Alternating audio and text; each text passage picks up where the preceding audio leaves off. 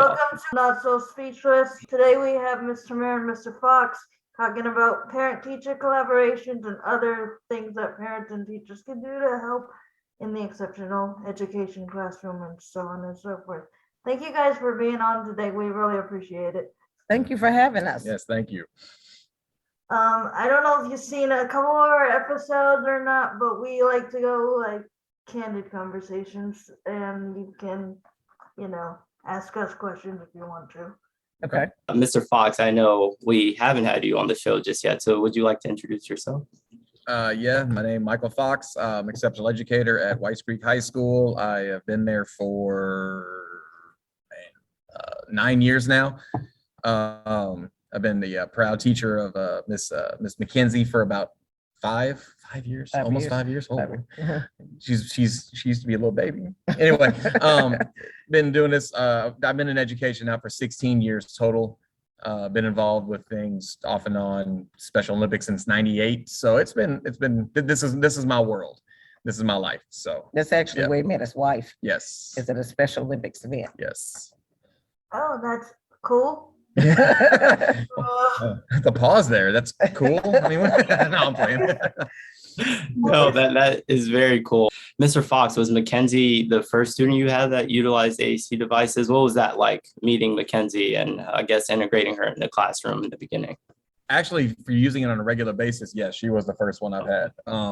I've had some that they were assigned devices before, but literally they just sat on the table and the kid never acknowledged it. And one actually threw one at me, but different story, different school. But yeah, no, she's the first one that consistently used the device for the real means of communication and everything. One thing that we were taught by going to therapy was don't just bring the device to school and sit it in front of a teacher. That's not fair. So what we would do was set up, I would ask him, was it okay to have the Toby rep to come in and train them?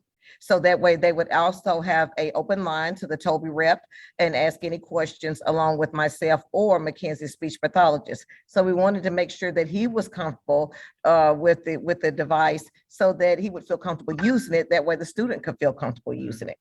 Can you tell us about how she would use it in class? Would she just use it to speak with you, other students? What was that like? Just a general overview. No, she doesn't hardly talk to me at all with that thing. She talks to everybody else. No, she's answered questions on it. There's been interviews that she's posed, even on brand new pages, like this last one that we just did at the transition fair for the Metro. She was a brand new thing. Sometimes it takes her a little bit to get used to it. This time she was on it. So she's interviewed people with it. She's answered questions. She's cheered with it. She's been an ambassador at the school. Like, she's literally any way that she's had to communicate with somebody in the building, whoever that somebody is. If it's been in a sitting setting, she's used the device. If it's been in a walking setting, she's got the Big Mac switch and another device that mirrors that device that she's used in the hallways while she's walking. So if she's communicated with anybody in the building, it's been with one of those. What I really liked about Mr. Fox, he was never stuck on one device. He was very open to the fact that in different situations, in different and scenarios, that she would use different devices to communicate. Mm-hmm. So if I would come with a bag full of devices and we'd sit down and say, okay, she's going to use this to greet people at the door, she's going to use this to interview with, he was always open. He can program her device actually better than I can and quicker than I can. He's good. Wow, that's impressive. So 2 questions. One is, how do you think parents and teachers, especially in gen ed, exceptional education, and SPED, should collaborate with parents? And then 2, how should they get involved in big events like Disability Day on the Hill, or like the transition fair that we had back in April, or like some of those big events? Because I remember you and I collaborated with Disability Day on the Hill and the transition fair this year. So how should that like happen in the future, or do you think it should keep going? What are your thoughts? Oh, it always needs to get better. I mean, it all starts with expectation. I think if the parent from the beginning has an expectation that you said I can be candid on this, if they're not using this as a babysitter and they're using this as an actual means of getting better and actually trying to get better with life and, really building skills and relationships and things they need after high school to survive as independently as humanly possible, then I think that relationship naturally forms between teachers and parents, because that's our goal too. I mean, the ones that truly are in it for the right reasons, that's our goal too. And I think if that's there, then the parents are more interested in what's going on. They want to get them involved in more things. They want to take a leadership role and help out the class and help out the other students as well. Because if you have those goals for your kids, and you're going to have those goals, like, you would love to see somebody else also do that. Like Ms. Tuckson, a few years ago, we had a student who was running for Coming Home King, and it became a class group effort because we want our boy to win, which he did win. Like, we had, Ms. Tuckson was helping and McKenzie was helping with the campaign. The campaigning. There it is. Campaign. That's the word. Mhm. Helping with the campaigning. Made posters, we made brownies. McKenzie put on her device for in the cafeteria, vote for Devin, don't vote for Devin. And as I stated in the prior podcast, Devin won 80-10 and was running against a wrestler and a football player. Right. So another thing that I would say is it had taken me a long time to really navigate my way through the system, advocating in the educational system. It really did. It wasn't something that came overnight. I had to go to classes. I graduated from the advocacy class at Vandy. Every time there was a seminar, every time there was somebody would come to town and talk about Rett syndrome, I would be there. So because of that, I was able to share what I knew with Mr. Fox. Mhm. And it also helped me to realize that I didn't have a manual when I started this, and neither does he. So either I can get angry and upset because he might not know it, or I can hope and pray that we can work together and he doesn't mind me sharing things with him to make things better. So I think that it's open-minded. And may I be honest with you, when I first came over here, even though we did a transition meeting and he came to Oliver Middle to meet us, and the principal was there and the teacher was there, ancillary attendant, he saw McKenzie's classroom. It wasn't like that when I first got here. He had never, I don't know if he'd never I'll let you tell him. I've never let loose before. Because I mean, what did I use? But what was the term? These are my babies. These are my babies. These are my babies. Mhm. And I want to make sure they're always safe. I want to make sure they're always, nobody's saying anything. And the easiest way for us to get stuck in a rut on doing something like that is just keep them in the room as much as possible and do as much as we can with them. And then Then they came and yelled at, not playing. And then they came and it just changed. It helped me change my way of thinking. It was a step-by-step process. It took just a few meetings, but as we had meetings, they got a lot more lighthearted and they got a lot more. I mean, even in the first year, we had about, I think, even with everything, we only had like 3 or 4. What happened with lights? They only had like 3 or 4 meetings. We did. And it was because I was determined. Right. I was used to we were used to inclusion. We were cheering at Oliver Middle. Right. You know what I'm saying? And so I was used to in full inclusion. And so when I came over here and they weren't doing it, I was kind of like, our IEP says full inclusion. We're gonna have to work to get this straight, which was at the time I didn't realize was such a big job, because inclusion is not just Mr. Fox saying, okay, you're going to Mr. Tidwell's class. He has to meet up with Mr. Tidwell to say that McKenzie's coming to your class. We're going to do inclusion. And how is this going to look? And if Mr. Tidwell is teaching geometry, which he does not, he teaches social studies, but if he's teaching geometry, how do you include this student that in this class with geometry? And we work together to come up with ways to include her. And it was not just not just the 2 of us. No. We have a phenomenal IEP team that believes in McKenzie. And when we would come and set those goals, then everybody did their part, from speech to occupational to the gen ed teacher to the principal. Everybody did their part to make sure that this could become successful. Even if I have to tweak it a little bit, it could still be successful. And I would bring outside resources that they were open to. Every time we had a meeting, I brought a note that was written about McKenzie's progress and what we were working on with occupational therapists, the speech therapists, and the physical therapists, which also helped them to let them know that we're working on this at school, but she's also working on this on the outside. Right. How do you accommodate? One more time. How do you include them? use I think accommodations? how do you modify the combinations for them, like band and and well, like, so cheering? I mean, and it's harder for me now to break it down because they come so natural. Like, it's like the way they turn in the assignment. It's the way that it's presented to them. It's the way that, realizing like, we have somebody who's marching in the band, he's actually going to an elementary school here in a few minutes. It's just meeting up and just discussing it with the different people and just saying, hey, it doesn't take a lot on your part to really modify what needs to be done. Like instead of, like in McKenzie's case, instead of, turning in a paper, turn in a poster instead that can be worked on in class with the one-on-one or at home as well. You just turn on a poster that literally says everything the paper says, but it's just in poster form. Instead of writing the speech, she can record this, we can do the speech on the device. And, she approves the stuff. We ask her, do you like this? Do you want to change something? And we just kind of go back and forth like that. And as far as like making sure it's all relevant, it's taking whatever they're doing and making sure and applying what are the goals in the IEP as far as like her post-secondary, what does she want to do? So how do we make sure that what we're doing in class, if it's a social studies class involving civics, okay, how do we apply that to working at Bubble Love? I mean, how do we make that work to that? It's not always the academics. It's just, how does she use the device to communicate in this class and present what she wants to know? That can be used. So there's always a way to tie in what she's trying to do after high school to what's being taught. Go ahead. So I'll give you two examples. Okay, she has really good interview skills because of the fact that she's been interviewing in high school. So her first interview was to be on the student impact team.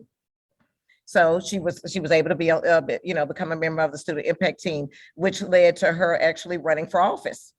So she ran for office. She won sophomore. She was vice president, and then junior, senior, she was president. Then it comes down to her being an ambassador. You have to interview for these positions. So she has to go and interview in front of the staff to see if she's eligible to become a member of being an ambassador for the district.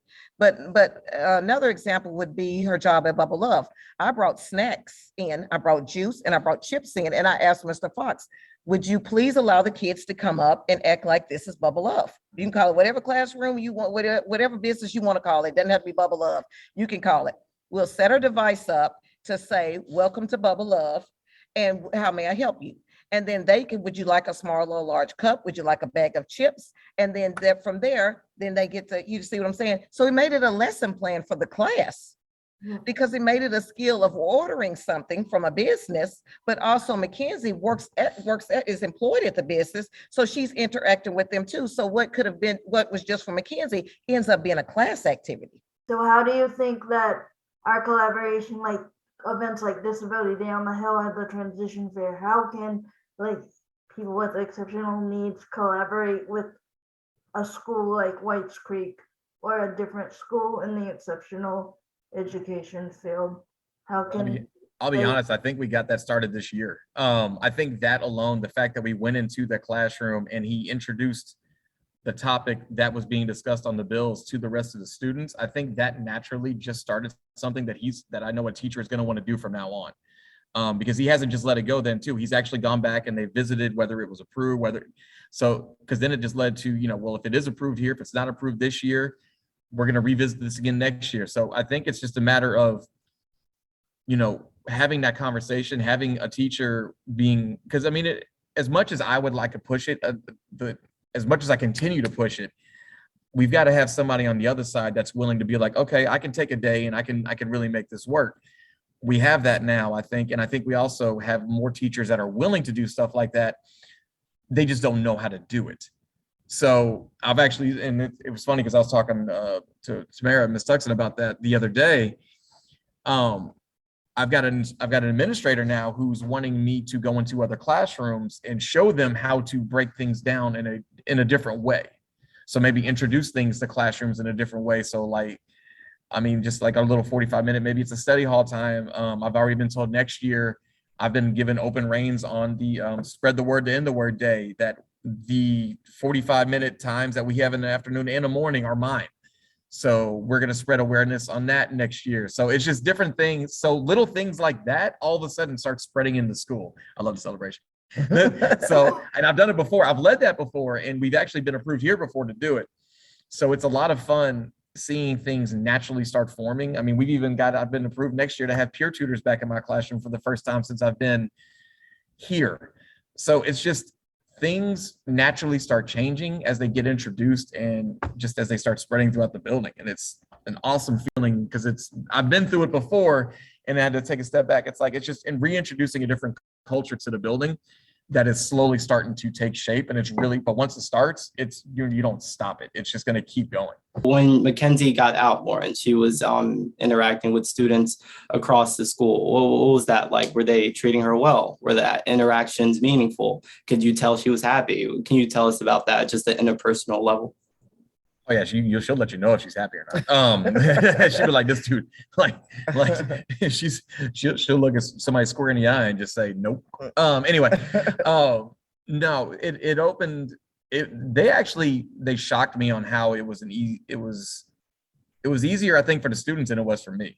I think there was probably like some hesitation at first from A them. lot of hesitation. Right. Not from me. I'm talking about the other students. Okay. There was a lot of hesitation on my part. Even when it was like going well, I'm like, oh, come back. Anyway, but I also started sending out the other students more. Like they would get a little bit of time out. And even McKenzie at the first, it wasn't the inclusion she needed. It was like, 2 blocks a day, but she was still coming back to me so I could still keep my hands on her 2 blocks a day. But now, I mean, I've got kids that I see maybe once a day just to kind of check in and make sure it's good. It opened the door to me, and I think it's also opened the door to the other students to realize there's different types of learning, and it's not always the clear cut. And I think some of the other students in the room saw some things that they like, oh, can I do something like that instead? And other students have been able to turn, instead of a PowerPoint, they've been able to turn in little things like a rap. Like I've had one student who really was not good at expressing himself in a test or a PowerPoint mode. And they saw how McKenzie would turn in a poster, or another student would turn in they would draw a picture to represent it. And he's like, well, can I draw it? Like, I can really show you what I can draw. And he answered I think he did his test essay in picture form. And he literally drew out like a cartoon that would be everything in an essay. And it really opens up some of the way that the teachers think that I don't have to just take this one way to do it. Like I can open my mind up. It's not just for students with exceptionalities. It's also for, somebody who just can't read that great. You're right. They can't write that well. They don't know how to express themselves in writing, but man, the dude can draw, or man, the dude can sing. Like, I shared an example about when McKenzie and Shayola did the money poster. Right. And the assignment was to talk about money and make it funny, but make it educational. And I was telling them that she wore the fur coat. They wore the fur coat and the dripping diamonds. Yep. And they made a poster for them. Each Kevin Durant is McKenzie's boo, and then what was LeBron James was Shayola's boo, and they were like competing against each other. My boo's got this, my boo's got that. But they came in on a song and they played the song and they did it in poster form and they introduced it to the class. So, the assignment was complete. They got a grade on it, but it was just put together different. They were able to present it in a form they felt comfortable with, not some way that was forced on them that they wouldn't have been as successful. Right. How can exceptional needs students get more involved in IEPs, or should they set goals for them? Like, for example, all my goals were I want to be as independent as possible without, should they set their own goals? Should they set something that's long-term or short-term? In my opinion, they should always set their own goals if they're able to. Some students are going to need some extra help. The goal should always be long-term. To me, in my opinion, I've always, at least transition wise, it always needs to be long-term. I want to see the end game on what we want to do. And then we can build up little objectives that can help us get along the way. And if we've already hit it, if it was a long-term goal, we've already hit it. Cool. Let's scratch it off and let's put another one there. But I don't want to do a goal like that. I want a student to have more than just I want to get through this 3-week period. And I think I can, let's shoot farther than the 3 weeks. Like I can get you to those 3 weeks and then we can get to those steps, but let's shoot long-term here. Cause if they don't know what their long-term goals are, then what you're going to wind up having is meeting after meeting, having different short-term goals that don't really add up. And it's just, or they add up to something that isn't really relevant to what the student wants to do. Now, as far as students doing their own goals, yes, that's why we do the whole the transition questions and the questionnaires and surveys and just talking to the student, have the student needs to be at the meeting and they need to express like, hey, you Parent stop needs to us. be at the Right. meeting No, also. that's- The parent needs to place a very important part in that. The parents must come to the meeting to give their input. You're the most knowledgeable person about your child, and they need your input is important and it's valuable. Otherwise you wind up with nothing but academic. Because I mean, we're going to hit what we need to hit. And if, I mean, it's like, I don't know what, if the parent has no communication, it's like, well, I think they want to do this. They say they want to do this, but then they also go back and change. It's just, My if the favorite part of parents- the IEP, the paperwork is to put what my daughter's strengths are. I want to make sure that she can and wants to learn. I want you to know she's social. I want you to know that what she communicates with. I want you to know that she is striving to go to college. I want you to know that she wants to be gainfully employed when she graduates. You know what I'm saying? So I need the teacher to know that. So I need them because those are things that I want them to work on while she is in school. And if I never give that input, then he or she's only going on what they feel like the Right. child, not, like when McKenzie leaves, she's not going to be with Mr. Fox. She's going to be at home with me and out in the community. and out in the community. Right. Yeah. What were her struggles in the beginning that maybe she's really good at now? And what would you attribute that to? Just, I guess, her Or- evolution through the 5 years you've known her. Or what have been some challenging aspects that you think you see in McKenzie and other exceptional needs people? What have been some of the barriers and what have been some of the good things about?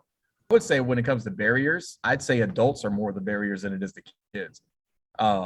Whether it be, I mean, let's just be honest, whether it be me, whether it be the general ed teachers, whether it be the parents not showing up, whether it be an administrator, like whatever it is, I think adults wind up being the barriers more than the students. And if the adults would just let their egos aside for a second, which I had to learn, let your ego Me aside. too, me too. I don't know what's always best for the student. It's not always my opinion is what's best. And if you let those barriers, like if the adults drop the barriers and they just let things happen and adjust and let it happen and adjust, and you just realize that teaching is just a never ending learning cycle. So I think the barriers would naturally fall if we just let things happen and see what needs to be fixed. I think that's mainly the barriers. I think adults are more barriers than there are the students. Resources can also be a barrier, but I mean, but I think, again, I think that goes back to adults. If you reach out and try to get them, you reach out and, I mean, shoot, Vanderbilt provided one of my best resources I've ever had when I got introduced through speech to the News to You Yeah, and I stuff. Look, brought she one. got it right I there. brought it. I mean, So I brought it to the IEP meeting Yep. because McKenzie had been using it at Vanderbilt. And this is just one that I had on Huge Pumpkin Festival, but I brought that to one of our IB meetings because one thing that I was big on was making sure that McKenzie was not going over the same thing week after week after week. I needed the topic to be different. I needed to be Relevant. age appropriate, and I needed it to be relevant. And I needed to have math, science, social studies. It has cooking activity. It has literacy and all of that. This is an excellent resource. And you know that at the IEP team, I passed it around and I actually worked it out so they could see how it works. And Mr. Fox bought it. And after he bought it, the district ended up buying it. So every teacher in Metro Nashville Public School has access to this News to You articles that change every single week. Ms. Tamara, in the first episode, Peach, in the first episode, you were telling us about how you remind McKenzie all the time that it's much bigger than her. And I think that's all coming together. I'm really understanding what you're saying now, because I mean, this is pretty much changing the lives of all students in the classroom. And I think that's just so beautiful. So again, hats off to you, Mr. Fox and Ms. Tamara. That is just amazing. And I think you guys are going to inspire a lot of families or future teachers. I've learned a lot from him. I learned that there's times now that at the beginning, the things that I used to do that I no longer have to do anymore. I no longer have to run in, and if I forgot to program something, I stay over and I program it. I no longer have to say, well, okay, this is in her bag, or that's in, they know to check the bag. They know what I need to know in the afternoon, what has gone on. And a lot of that was because of communication. I, as a parent, need communication. The schools that we were coming from, Oliver Middle, we communicated. with the principal, everyone. And I needed that. And so that, might have been something they weren't used to, was a parent being there every day wanting to know what happened, what was her day, what did she eat, because I needed to know how this was going to affect her at home.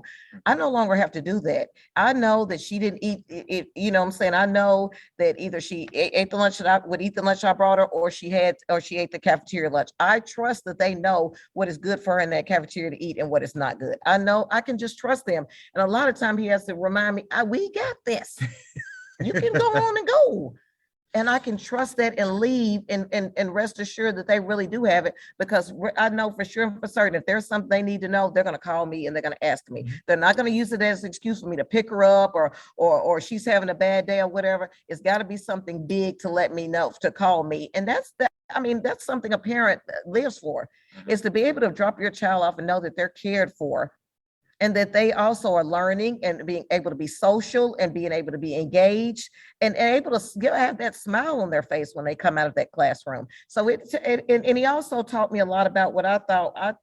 At first, I just thought that, things could just happen, but there was an incident where we wanted a gentleman to run for, no, we wanted to give him praise. He was on the bowling team and we wanted to give him praise about bowling. So we wanted to show his picture and tell everybody what a good job he was doing. And he came and told me that he had asked the parent, and the parent said no, because she didn't want anybody to know that he was in that class. I was crushed. But for the first time, I got to see as a parent what it was like to be on the side of a teacher. When you want to do it, but you don't have that support from the parent. So it's only so much you could do.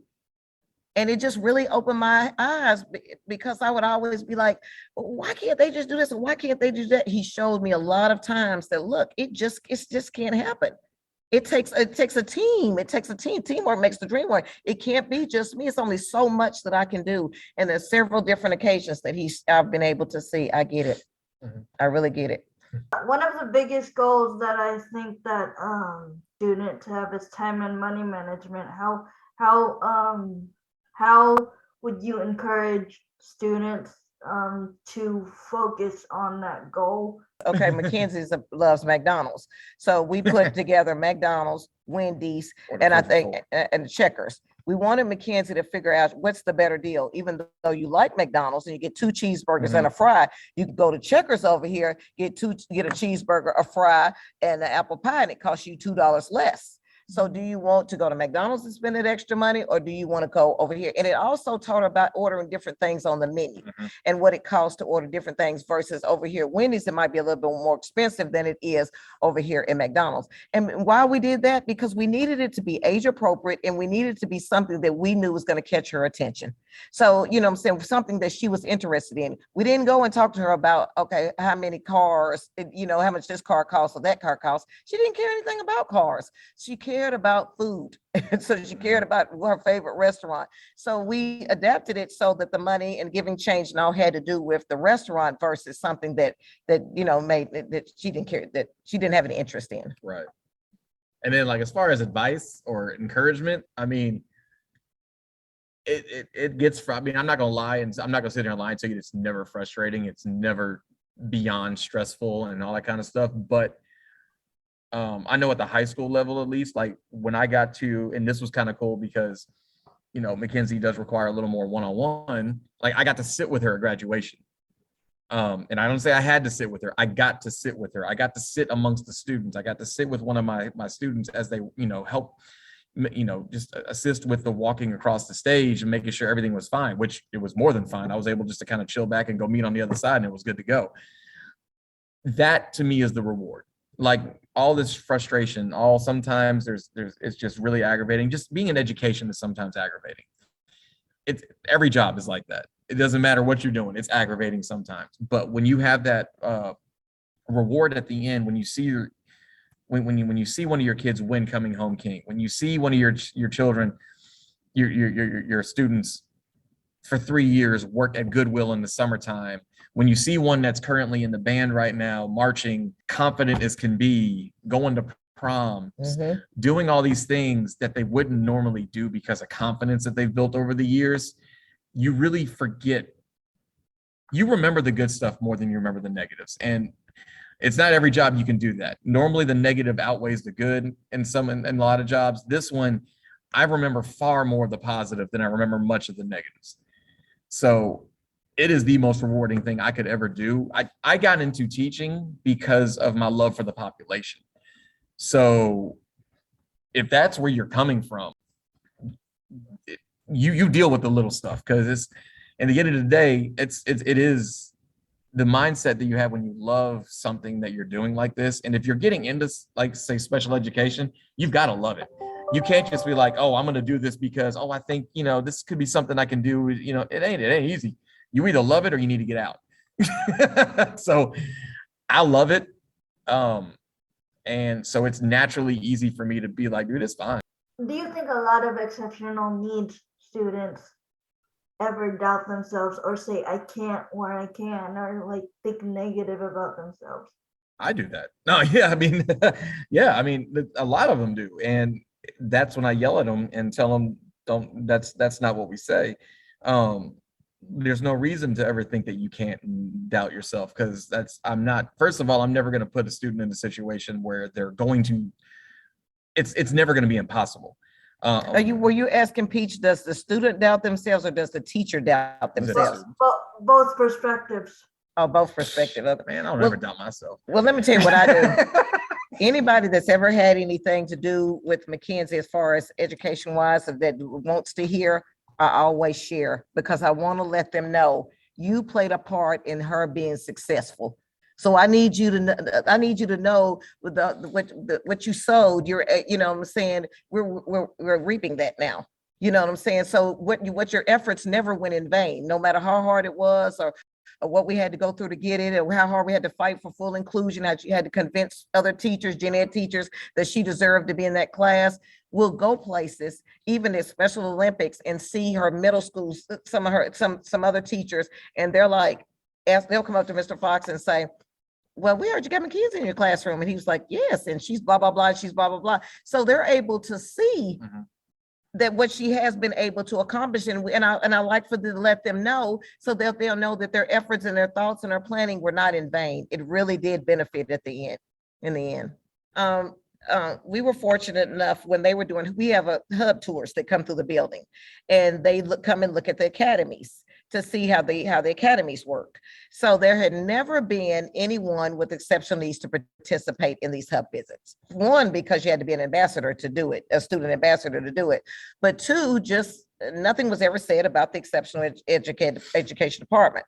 Well, the principal at the time, Dr. Bailey, allowed us to have a 20-minute session with anybody that came into school for a hub visit to educate them on how important it was to include your students with exceptional needs.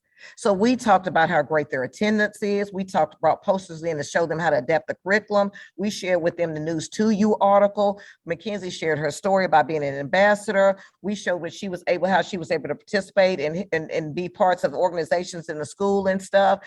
And we're really proud of that, because it was stepping outside of just White's Creek. It was these were people around the country that were coming to visit this school, that for the first time, this is what they would tell us. This is the first time we've ever been to a hub visit that actually included individuals with exceptional needs. So that was something that we were very proud of, because we're advocates first. He's a teacher, I'm an advocate, but we also want to educate other people, individuals, to get on, to kind of get on board and let them know that's a population that is very important and valuable to the school and has a lot to offer. My expectations for students are made very clear from the beginning. This is not we're going to chill here for 4 years and not really expect anything out of you. That's not what we're going to do. This isn't well, I think they can do this. No, they can do a lot more than that. Like, we're not happy with just, can they sit there and behave in a classroom? Yes. And they can also turn in these assignments, and they can also do this. And, oh, hey, by the way, did you know your child could read? Or play drums. Or play drums, or like it. So I'm all about pushing what they think that their kids can do. Sometimes I get a little too much, but it's okay. They love me anyway. The culture has been built for this school that models inclusion. So it's not looked at as a third wheel. You may have a few people that still act, look like that or feel like that, but it's not, they don't make it just widely known. And if they do, they're corrected. But the culture has been built around inclusion. Mhm. So it's kind of like it's understood that we're going to work together with you to find a way for this student to be included in extracurricular activities, in with the typical gen ed class, in the cafeteria, in the gym, or even at a prom. Mhm. So, and a perfect example of that was McKenzie missed her prom last year. It was canceled the week before due to COVID. So we attended prom with a couple of other of her peers in Mr. Fox's class, in the exceptional education classroom. Well, McKenzie, I had asked him, were they gonna, do we need to line up for when they get ready to do the senior walk? And he was like, This was my bad. This wasn't even on he the said, school. and it wasn't, and he was just telling me the truth. You know what I'm saying? He was just being honest. I don't, that was her last year. And and even though I was like, well, she didn't get to walk last year, it was canceled. And he was like, I don't know. I just don't know. And before I knew it, he's coming back up to me and he was like, she was already on the sheet. The school put her on the sheet. They just automatically, they didn't consult with him. They didn't ask. I didn't say anything about it. They literally just took it out, took and ran with it and included her because she has been interacting with her senior class. With the junior class, which was her junior class, but she's been interacting with them like a senior. And so they included her. I asked him about senior week. I said, would she be able to, she missed her senior week. Would she be able, he said, it's already understood. She's got, my kids are going to be participating in senior week. So it's a culture thing. And when it becomes a culture thing, it's not so hard on, it's not just falls on me as a parent. It doesn't fall on him as a teacher. It falls on us as a school. Ms. Tamara, what do you do when you are just gassed out, when you're tired? Because I've worked with parents in the past, and sometimes I'll take on that perspective of like, oh my gosh, you have the star student and you're not even putting in love into them. Like, like be there, have more energy, and they're just tired. And behind the scenes, they're working 2 jobs, or this is, they have a household with 3 kids that have autism. So how do you keep yourself motivated? One of my biggest, well, I wouldn't say a fear. One of the things I think about, I don't want to use the word fear because I don't want to make it seem like I don't have faith that things will be okay. But I always think about if something happened to me or to her father, what type of individual do I want to leave with somebody else? Do I want to leave an individual that knows nothing?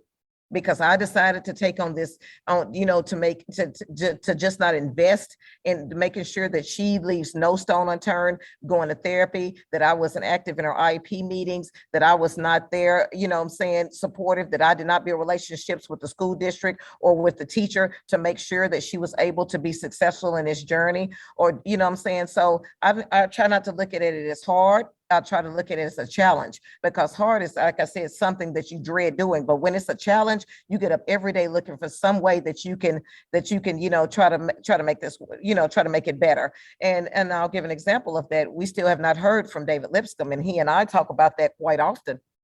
We have not heard anything, and that's okay. I can accept no.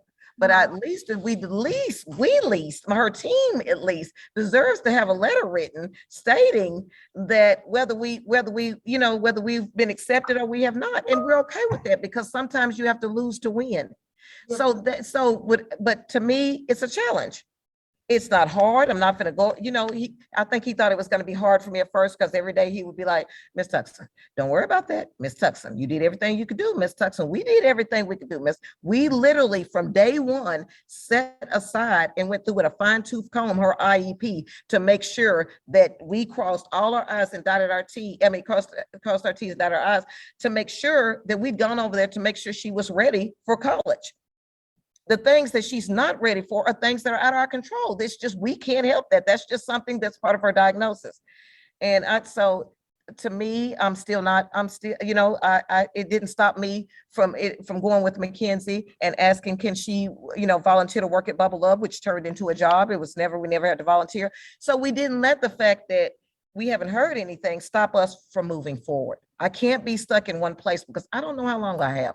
I don't know what day that the good Lord's going to come and take me or take her dad, but I want to make sure that that McKenzie has a team of experts that if whoever does care for her is able to come back and talk to them and figure out exactly what's going on and be able to continue to care for her as she grows up. So that's my biggest thing, is to make sure she is taken care of, and that I did my part as a mother to make sure that when I'm gone, that somebody else does not have to figure all of this out. They've got a roadmap.